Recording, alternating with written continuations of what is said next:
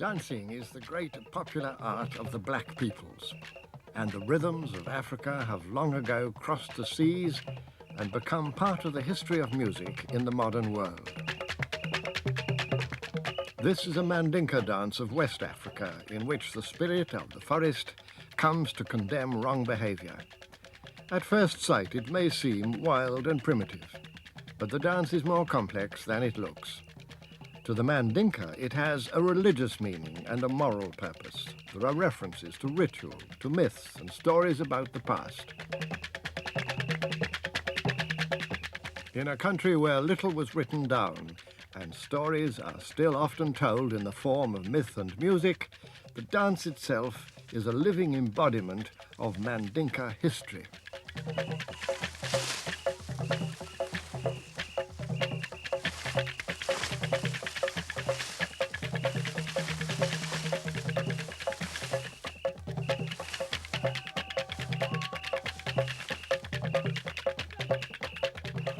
Many Africans today live in modern cities where the dominant influence seems to be European, not African. The old history and traditions are half forgotten beneath the cars and the concrete.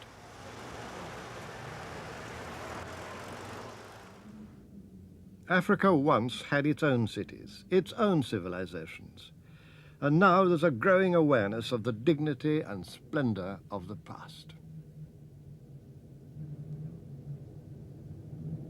But beyond the cities, in the empty solitudes, there seems at first to be no history to remember. Scientists are now agreed that human life first took shape in Africa, long before it evolved anywhere else on Earth. But development in those early days was extremely slow, and until a few thousand years ago, most of this huge continent, like most of the rest of the world, was almost empty of people. Before men learned to farm, the land could support only a few scattered groups of hunters. This is the story of African peoples over the centuries, of how they learned to develop the skills that enabled them to overcome huge difficulties imposed on them by their environment. The pioneering peoples who set out to master their continent long ago had to overcome tremendous obstacles. They had to survive in a climate and ecology of ferocious extremes. They had to fight off an army of killing fevers, pests, tropical diseases, man-eating beasts. And they had to learn how to farm under tropical conditions. Their mastering of their continent has to be seen, I think, as one of the decisive achievements of human history. I've chosen to visit three peoples, each with their own part in the story. These are the Dogon of Mali, whose art and whose dances keep their history alive for them. The people of Sukur in northeastern Nigeria still live in the stone-built villages of their ancestors and still follow a way of life which they've evolved for themselves through the centuries. The Pokot, a people of northern Kenya, have defied efforts to modernize their way of life. They've achieved their own balance with nature and are content with it. But long before these peoples learned how to master their continent, small groups such as the Khoi or Bushmen had made their own contribution. Until recently, they lived by hunting and gathering, just as the earliest human beings are known to have done. Khoi technology has remained essentially Stone Age, even though they now use iron-tipped arrows borrowed from their more advanced neighbors. The Khoi have devised complex arrow poisons made from a mixture of plant extracts and the toxic entrails of a species of beetle larva.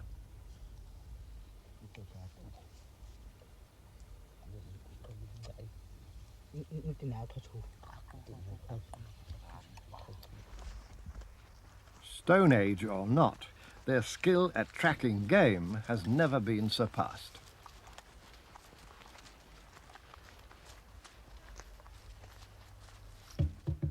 The Twa peoples of the forests of Zaire, better known to us as pygmies, also lived a wandering life as hunters. This 50-year-old film records the ingenuity with which these so-called primitive people built a bridge across a river.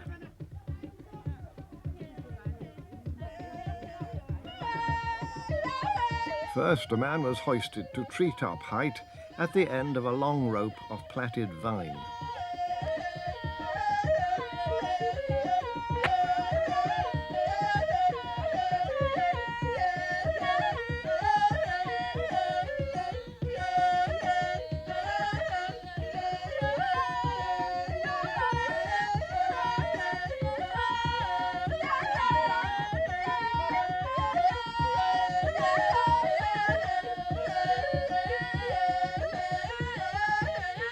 An enterprise like this called for a high degree of cooperation and planning in advance.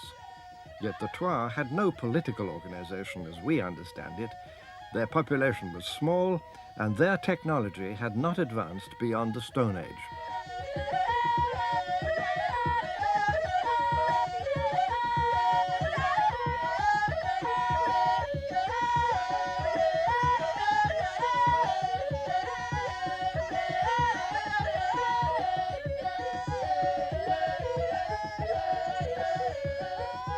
Such bridges helped the Twa in their wandering life. Settled village communities became possible only with another major development. That major advance in the history of Africa began with the domestication of cattle 6,000 or 7,000 years ago. The population multiplied and the cattle herders spread far to the south. Some of them came to the great Rift Valley of East Africa, where they succeeded so well that their descendants, or people very like them, still occupy the area today.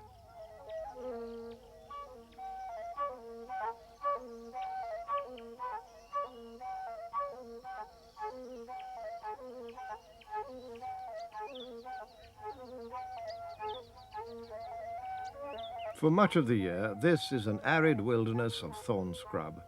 Only for a few weeks during the rainy season, the thorn trees are green and lush. Many of the pastoral peoples who live here today can demonstrate for us some of the crucial advances which Africans have made in their history. The great move from food gathering to food production led to settled community life with all the social and political complexities which flowed from that. These developments are manifest in the history of the Pokot. A Pokot family homestead, like this one, at first sight looks hopelessly primitive and squalid, and its inhabitants just as wretchedly poor and ignorant. But anyone who has the patience to live alongside the Pokot, or a people with a comparable way of life, soon finds out that appearances can be misleading, even completely wrong. It's happened to me more than once in wandering about Africa's more remote corners. What the outsider sees as primitive and helpless can become, on better acquaintance, an astonishingly inventive and ingenious adaptation to nature and to nature's possible gifts. For these Pokot, the most fruitful of nature's gifts has been cattle. Over many centuries of gradual development, Africans have bred varieties of cattle able to flourish under tropical conditions. Cattle have become central to everyday life. From earliest infancy, children are trained to help look after them. A woman must be given cattle when she marries, and so must her father. Cattle represent what money has become for us, a measure of social standing, a credit rating, and essential to living. An important man like Lokoriongolol has 6 wives, which means that he must have many cattle, either in his dairy herd or in other herds nearby.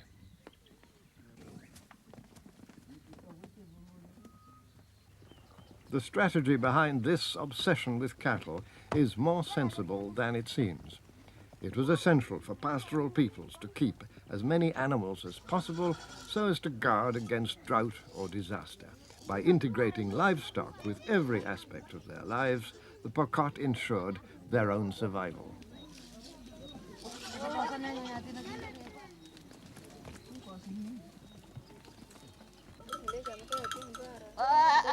Each woman has rights over a number of animals, and she sees to it that her rights are respected.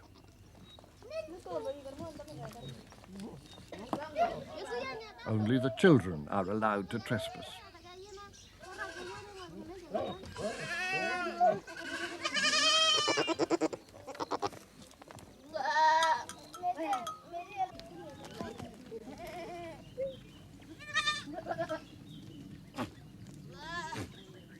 But drinking from the udder is permitted only in the rainy season when milk is plentiful.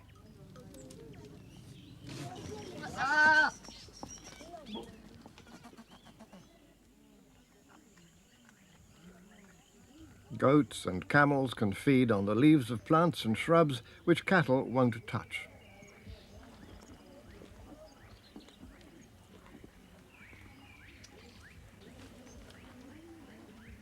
Camels were introduced to the East African Rift Valley from far in the north, so the Pokot have had to breed and raise them under very different conditions.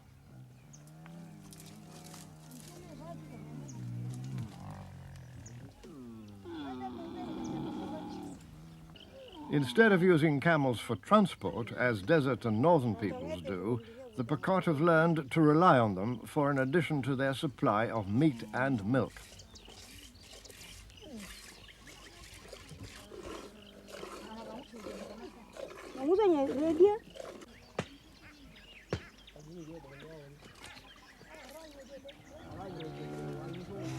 Boys belong to a group of companions of their own age.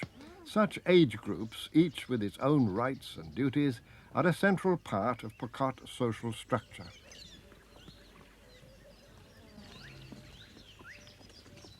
The Pokot were entirely self-sufficient in the past and are largely so today.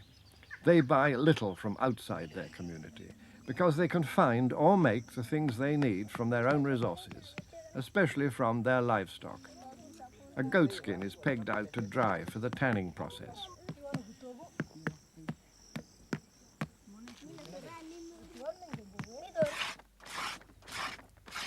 A hide is scraped free of hair.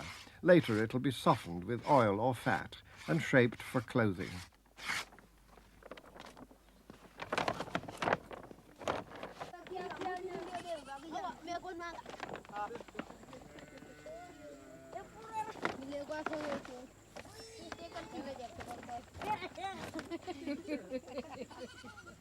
The essence of Pokot life, and this has been a general truth for most of Africa's peoples, lies in having developed and conserved a workable balance with nature, in knowing how nature, properly used, can fulfill the material needs of every day. It's a balance which highly industrialized countries are now beginning to realize that they must learn to recover. Everything here can have its use, even cow dung.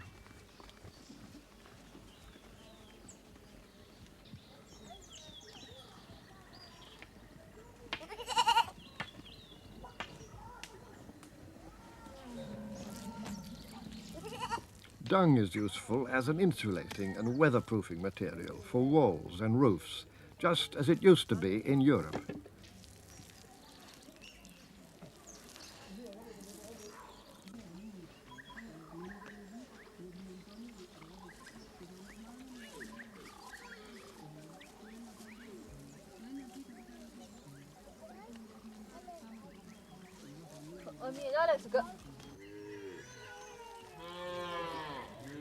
These little huts are for sheltering young calves and kids from the heat of the day, and also for weaning them from their mothers. Women altogether govern domestic life. Though men like to command, women have a large area of authority and the self-respect which goes with that.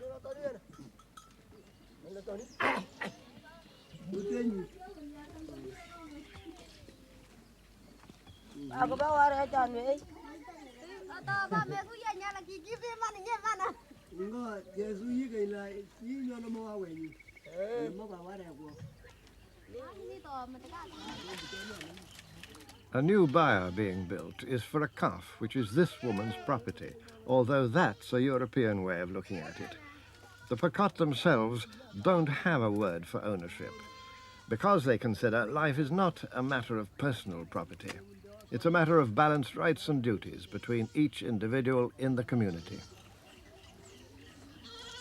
So women should do their work and men should do theirs, even if women, at least to an outsider's eyes, seem to do far more of it than men. The Pokot have had to acquire an intimate and detailed knowledge of their environment.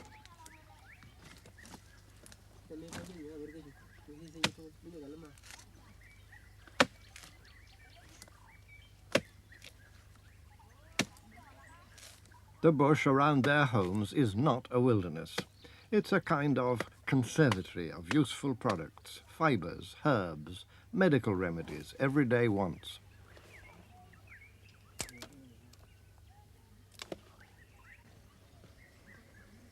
If a woman like Chepochongil needs something apart from imported luxuries like her beads, she doesn't go out to shop. She walks into the bush and brings back what she's looking for.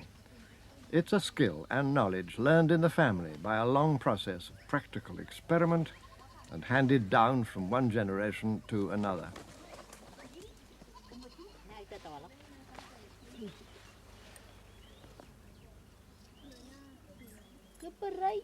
Outsiders may be ignorant of this knowledge, but it's not a secret.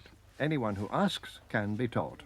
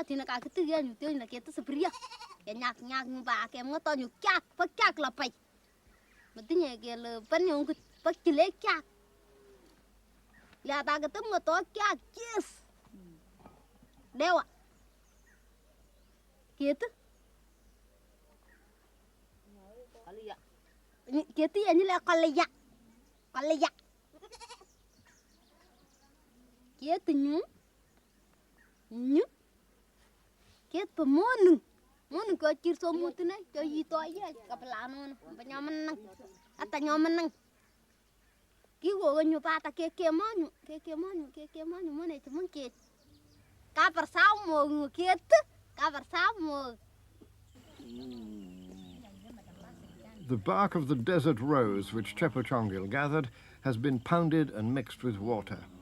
The resultant infusion is a powerful insecticide. The women rub it on the young camels to rid them of ticks which carry disease, rather as modern farmers might use a sheep dip.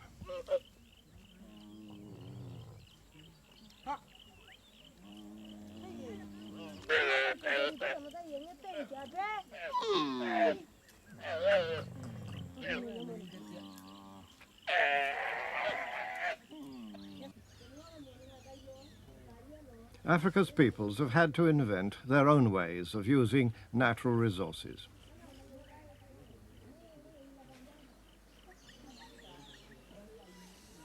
Skills like rolling twine from bark fibre are not as easy as they seem. And Pokot life really is like making twine. It looks simple, but it's the outcome of a complex development, social but also political. Here's a people who have no kings, no chiefs, no police force of their own, and really no officials of any kind. And yet they manage to get along perfectly well so long as nobody comes from outside to interfere with them or attack them.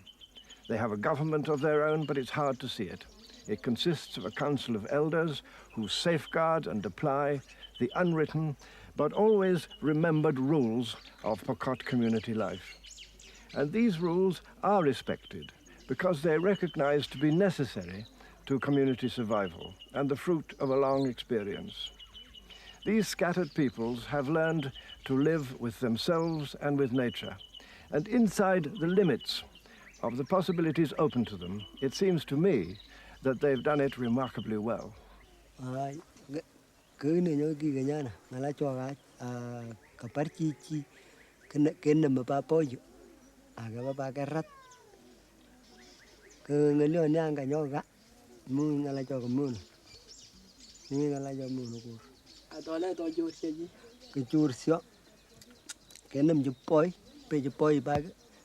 Kukwa.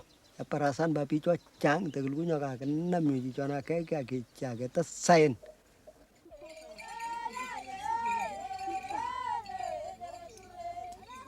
Only women can ensure the community's survival and its future. So although there are aspects of their lives which would enrage many modern feminists, they exercise far more power in the community than at first appears. A woman like Chemkea, the mother of the small child here, is quite capable of taking her own decisions and of making sure they're put into effect.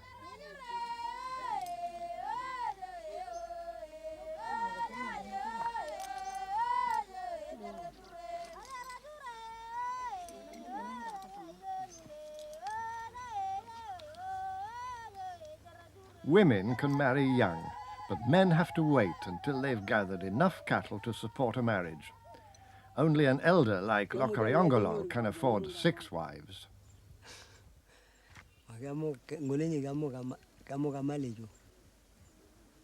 Mali.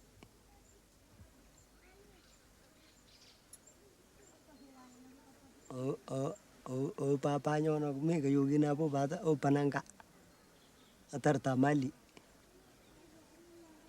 Wato papa nyo menempato panangka tarta pa mali. Kokoy. Inyo ni. Iya kasi ne mateka nya koriji. Manga nya susu. Me wa matara ka teja. Maka wangnya kaete la pai ku wa kai ku te kai ku wa ku chiang su kom da no me pe ku ruku kemal koriji ya ju. Kemal koriji ya ju. Ai ki su ka to ne ko to wet. Ku sun muka. Ku la lua. Kram pa. Kram pa. Aku kwen dia cha ko puna ta ju no ko ta ino tin. Kil kwen ka chi ka so no ba ta. Ku ngo sun mu ko ne chi kro tu ti. Nga ta le put ka to a chi. Ku ka pai mo ne chi. Amba ko ku sa mu ke ni. Ku sa ka keret, ku sa ka keret, ku sa ka keret. Ne ke mu cha. Gonge to i ne. Mine. Mine gu. Aku na gu ngai ngai ta ta ta. Takal tua chi ba. Takal pat ku ku mal tua chi ba pe ku ga pe gule. Ku ga pe gule ta ya mu cha ba ku nguli cha ka chi. Akaruya. Pokot life has its internal conflicts, but these people know their world and their place in it, what life is for, what life can give. And it's not a life without pleasure. Pokot society is one of many cattle-keeping African communities that's organized by age, so that a person goes through life in a community within a community, in a group of companions of about the same age. And this arrangement cuts across narrow family ties and binds Pokot society together.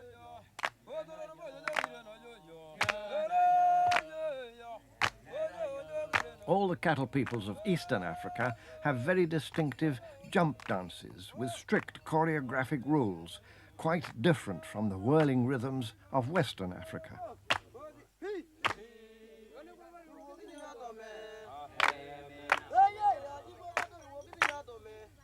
Mostly of the young warrior age group, these men sing about their favorite cattle, but they also sing to invite the girls who slowly come to join them.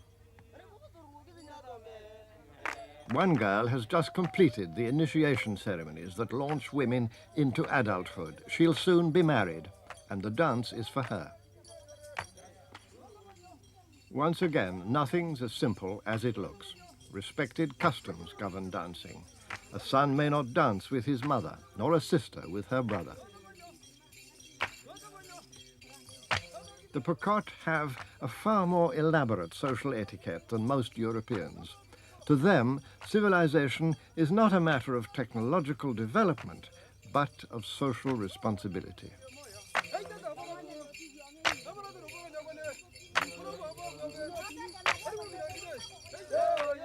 When the rhythm changes, so do the rules. Now the girls may choose a partner.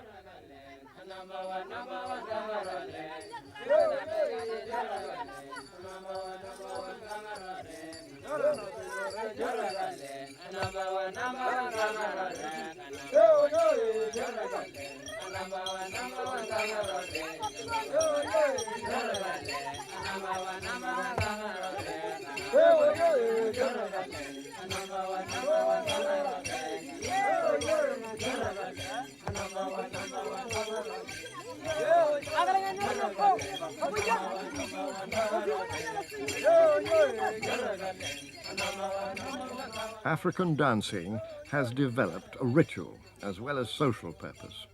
But there's also mundane work to be done. There's butter to be churned.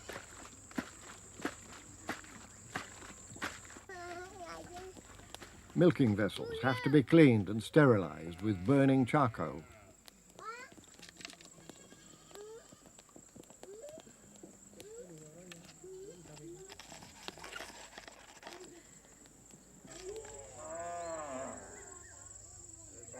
At the end of the day, the cattle are driven slowly home.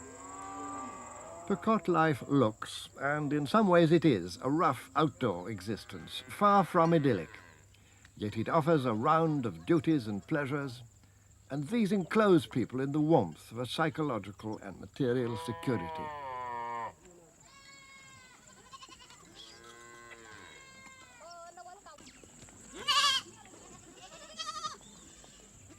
The Pekot have tamed their wilderness and learned how to live with it. They're not bent on replacing it with some other man-made environment.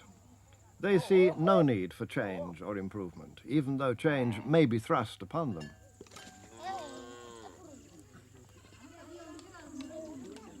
They live much as dozens of other African peoples once lived before Europeans began to interfere. Miraculously, they've survived the intrusion of missionaries, conquerors, and colonizers, who could never bear to leave Africans as they found them, and tried instead to impose their own ideas of progress. What the Pekot have now may seem to provide little comfort and much hardship, but they're ready to remain content with it, leaving the outside world to its strange ways and destructive ambitions.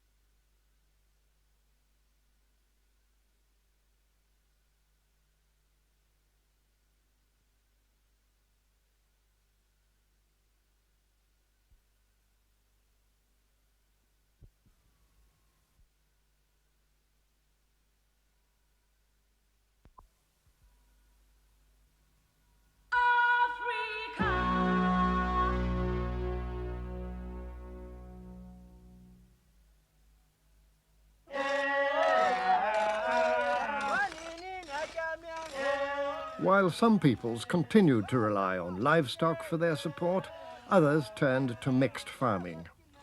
This cultivation of crops for food was the next long step forward in the history of Africa.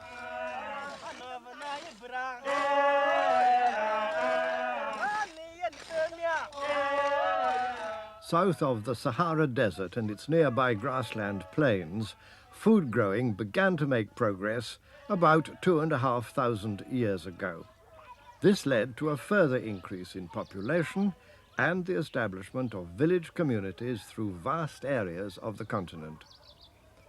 But the expansion of food growing called for another technological breakthrough. Simple kinds of tool could be good enough for cattle-raising peoples.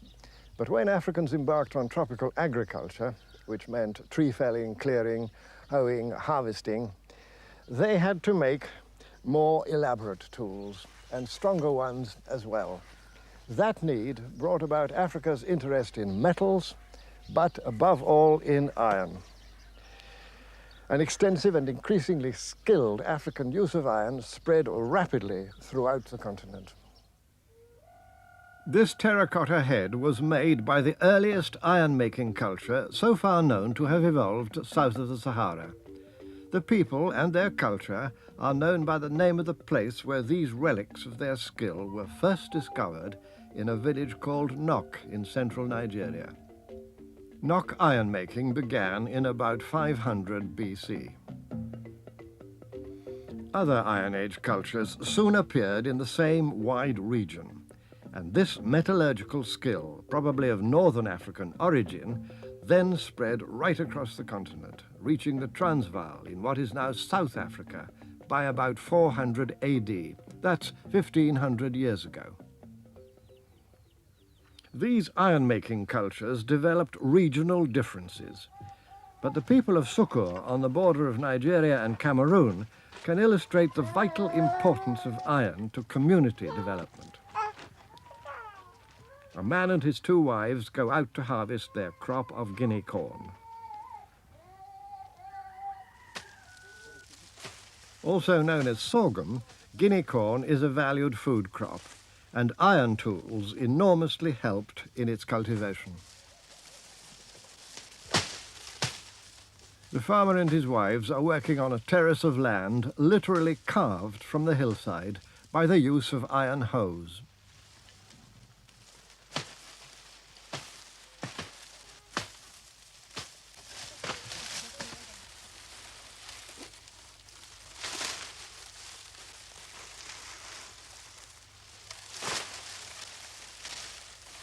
Iron knives and sickles sever the heads of the grain. All these tasks were much more laborious before the invention of iron. And having solved the problems of growing food where food had never been grown before, people like these were able to form permanent settlements. Gradually, their farmers could produce enough food to support craftsmen, such as blacksmiths, traders, and priests. And as their society became more complex, they began to feel the need for some kind of centralized government. Their priests became kings, small kings at first, but the kings accumulated power to themselves, whether to make war or to gain privilege. A king in Sukur had only small political power, secular power, but he drew added strength and prestige from his people's belief that their king spoke with the spiritual power of God.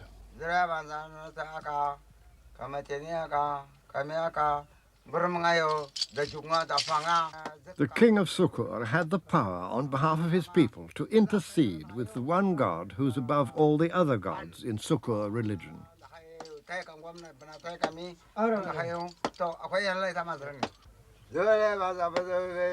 He was believed to be able to persuade God to favor his people, send increase to their crops, and give fertility to their women. And God, when answering these requests, gave instructions to the king on how best his people should behave. Not surprisingly, God and the king seldom disagreed.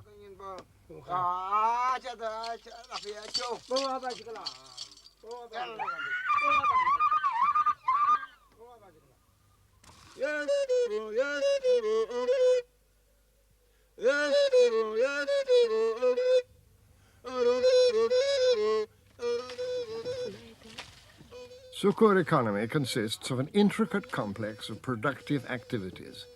Just like the Pokot, people here developed a balance with nature, and this enabled them to profit from nature's gifts without undermining the ecology of the land on which they've depended for centuries and still depend today. Once a food surplus became possible, a section of the population could be released from the daily need to produce crops and could develop specialist crafts.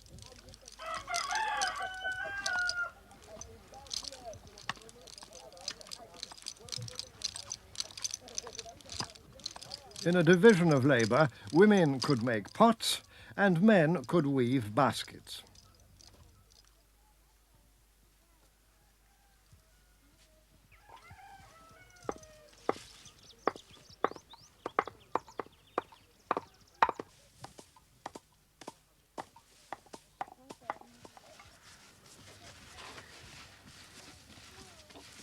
A sharper division of labour has also developed within Sukur society. Certain crafts have long been practiced by a particular group of men and women called the Nkyagu. In the old days, Nkyagu were not expected to do any farming. Instead, they could give all their working time to this or that special craft, making goods for sale or barter in exchange for food. Nowadays, the old customs have begun to disappear.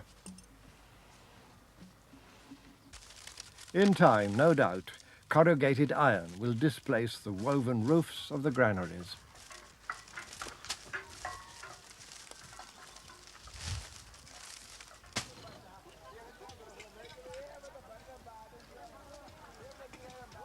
As the Sukur grew more prosperous and embarked on trade with their neighbours, their chiefs ordered the building of a stone roadway, more than 3 miles long, down to the valley below.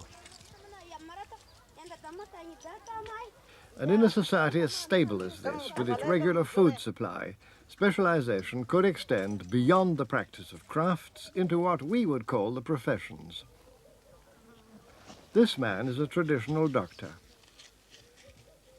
A patient has been brought to him, suffering from a severely sprained ankle and quite unable to walk.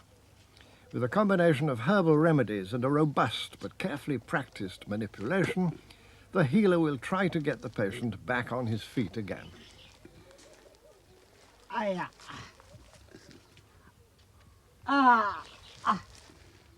Such treatment is really a form of physiotherapy, and no matter what the pain, the patient has faith in his doctor.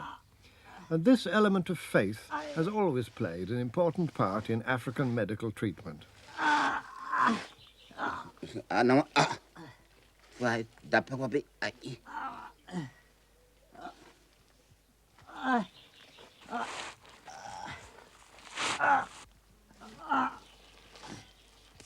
No.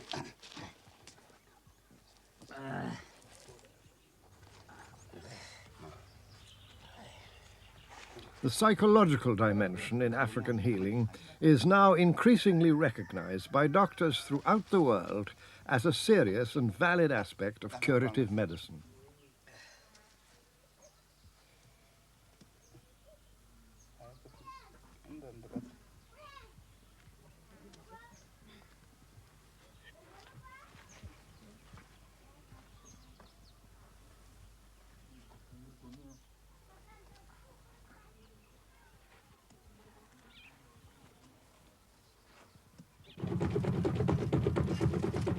But the decisive skill on which the whole of Sukur society depended was the smelting and smithing of iron.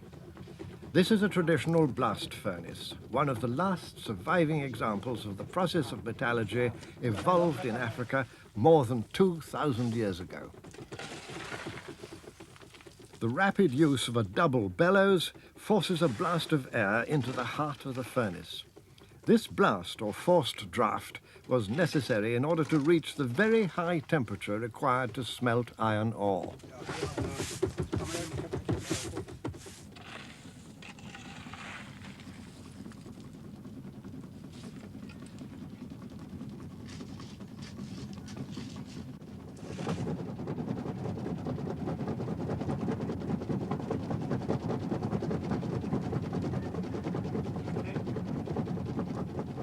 Smelting is complete within about 2 hours of reaching the necessary temperature, and the furnace can be carefully opened.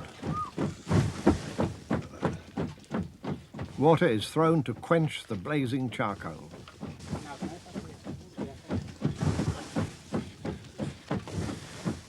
The core of molten iron is gradually revealed.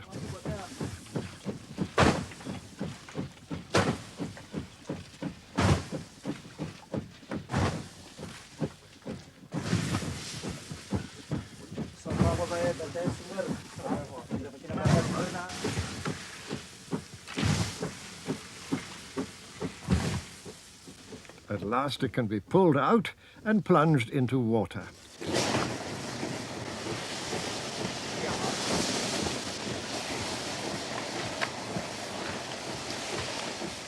Once cooled and broken into small bits, the product goes to a second stage in the foundry process, the blacksmith's forge.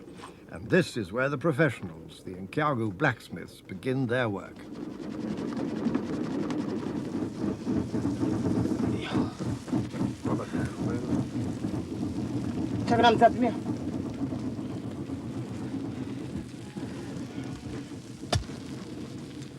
With repeated heating and hammering, the iron is pounded to remove impurities. The glowing lump is reduced to a bar of solid metal, a simple form of steel.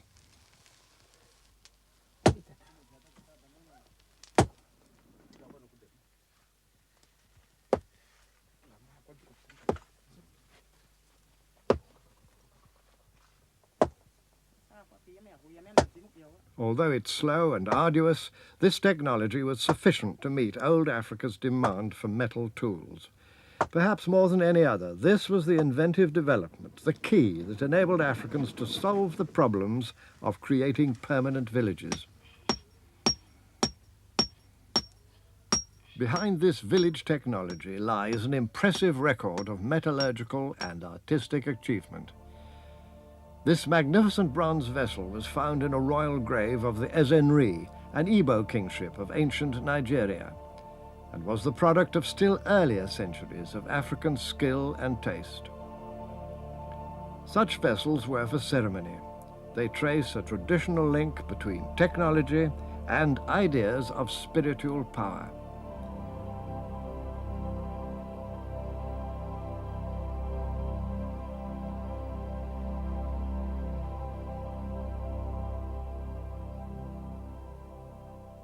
Just as in old Europe, the craft of the smith was a mystery. It called for ritual. The blacksmith in Sukur had special skills which ordinary people didn't have. His work was seen as one of creative fertility, potentially dangerous by reason of his occult power. That power came from God, but it reached mankind by way of the ancestors whom God had chosen to build the world. So the chosen ancestors in African belief lead back always to the source of spiritual power, and that is why they merit high respect. This famous cliff called Bandiagara is the sacred burial ground of the Dogon, the final group of African people that I've chosen. They demonstrate one of the most pervasive themes in African history, the development of an elaborate system of religious belief. This is even reflected in the architecture of their villages. The Dogon settlements are clustered along the foot of the Bandiagara escarpment in a remote area of Mali in West Africa, not far south of the Niger River. The Dogon are another people who have their own solutions to the problems of an inhospitable environment. They cultivate millet, but specialize in growing onions, which they sell to their neighbors, as well as storing for themselves. Their farming requires a laborious process of irrigation. During the dry season, most of the year, water has to be stored in cisterns.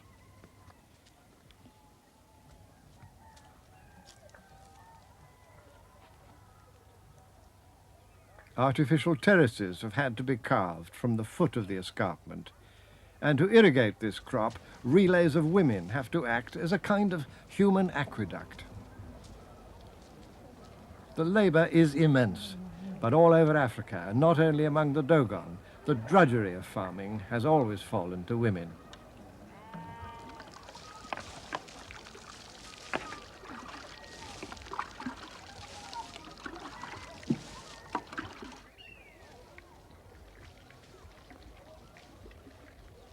In common with other African peoples, the Dogon have evolved a complex system of beliefs about the creation and working of the world, and these beliefs are central to the ordering of their daily lives.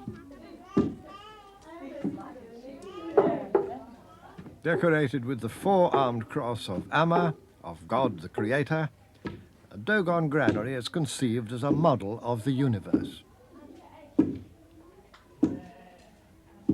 Door carvings depict the 8 original ancestors and other figures from Dogon religion, including those that refer to divination, the foretelling of the future by the fox, the agent of misfortune. Divination among the Dogon is the work of trained soothsayers.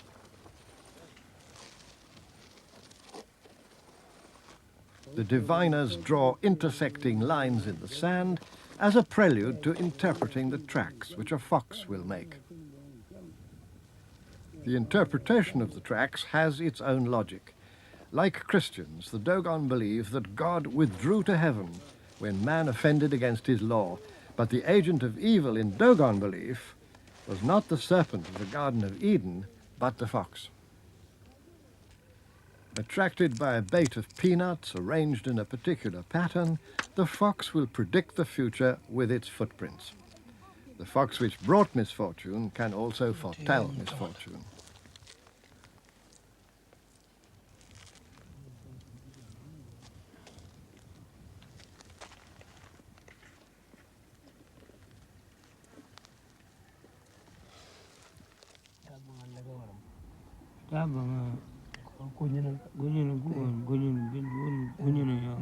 Soon after dawn, the diviners come to see where the fox has walked in the night. By examining the tracks of its prints, they can learn the shape of things to come.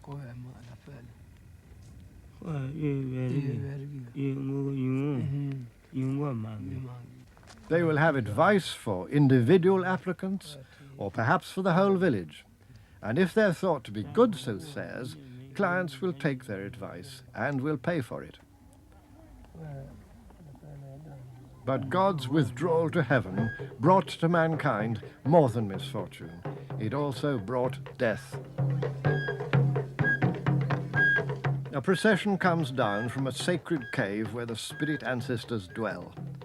This will be the great Dogon dance called Dharma. It'll be a dance about death, but just as in the Bible, even more about life after death.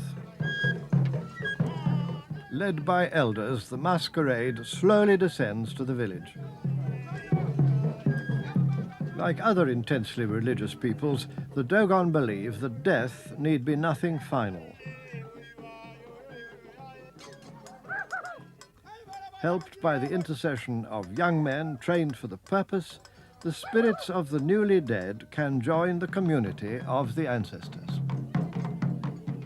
Each group of dancers in the Dharma pageant represents some part of God's creation, both human and animal, good and evil.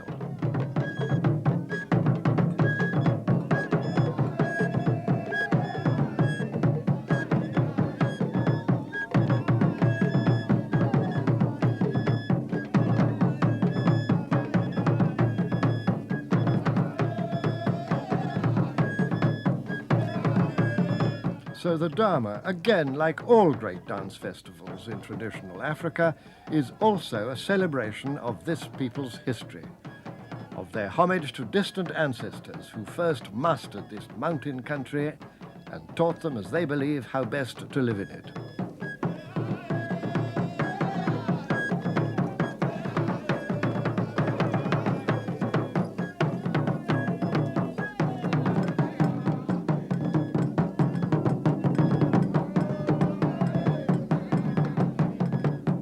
After the first big display, each small group does a set piece of its own. The stilt dances are thought to portray the long-legged water birds, cranes and herons, which inhabit the banks of the river where the first Dogon dwelt long ago.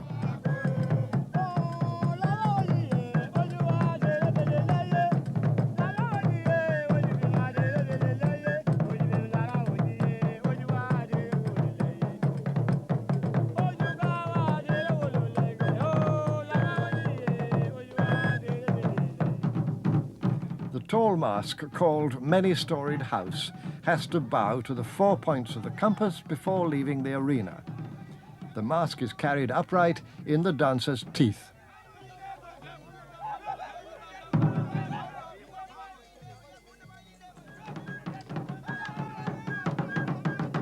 Here, the Kanaga cross mask symbolizes the proud antelope of the Bandiagara country, the spirit of Dogon independence.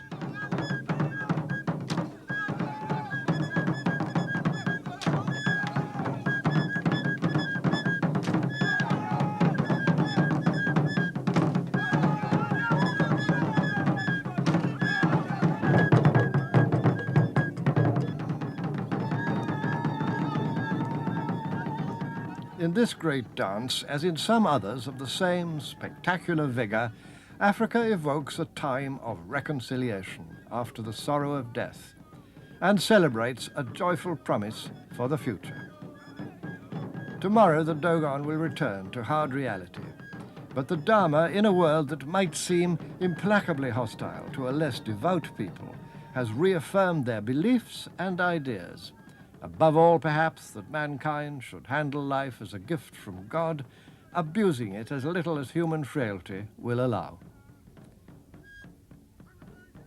As each of these peoples has revealed, in one or other aspect of their history, the African genius has known how to master a continent for human habitation and fulfillment.